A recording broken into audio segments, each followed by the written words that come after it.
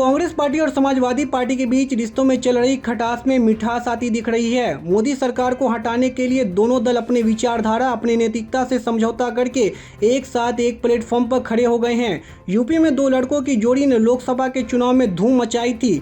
दोनों की दोस्ती से योगी सरकार पर असर देखने के लिए मिला था और आज फिर दो लड़कों की जोड़ी अनबन के बाद एक हो गई, जिससे यूपी में बीजेपी की टेंशनें बढ़ गई। दोनों दल के वरिष्ठ नेता राहुल गांधी और अखिलेश यादव का एक ही मिशन है, बीजेपी को यूपी से हटाना।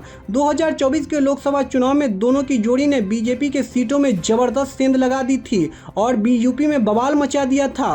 बीजेपी को उम्मीद थी उसे लोकसभा के चुनाव में इंडिया गठबंधन से ज्यादा सीटें मिलेगी, लेकिन ऐसा हुआ नहीं। अखिलेश यादव और राहुल गांधी की जोड़ी ने न सिर्फ लोकसभा के चुनाव में कमाल किया, बल्कि बीजेपी को यह भी सिखा दी कि अति आत्मविश्वास सत्ता से बेदखल भी कर सकता है। लोकसभा में मिली हार के बाद से बीजेपी ने उपचुनाव में पूरे जोर कोशिश कर दी है। साथ ही सीटों को लेकर चल रही राहुल गांधी और अखिलेश यादव के बीच अनबन को देखते हुए बीजेपी के हौसले और बुलंद हो गए थे, लेकिन दोनों के बीच सीटों को लेकर समझौता होने के बाद बीजेपी की टेंशन फिर से बढ़ गई है।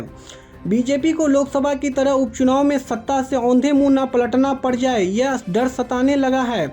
बता दें कि जहां अखिलेश यादव ने यूपी में 7 सीटों पर मजबूत दावेदार उतारा है, वहीं 2 सीटों पर कांग्रेस को देकर भी बड़ी चाल चल दी है, जो बीजेपी समझ पाई। दोनों के बीच ये अनबन एक राजनीति के तहत थी, जो अब दो लड़कों की जोड़ी कमबैक हो गया। अब देखना यह होगा कि इनकी जोड़ी यूपी के उपचुनाव में क्या बदलाव और क्या रंग लाती है। Bureau report, TV7 Bharat.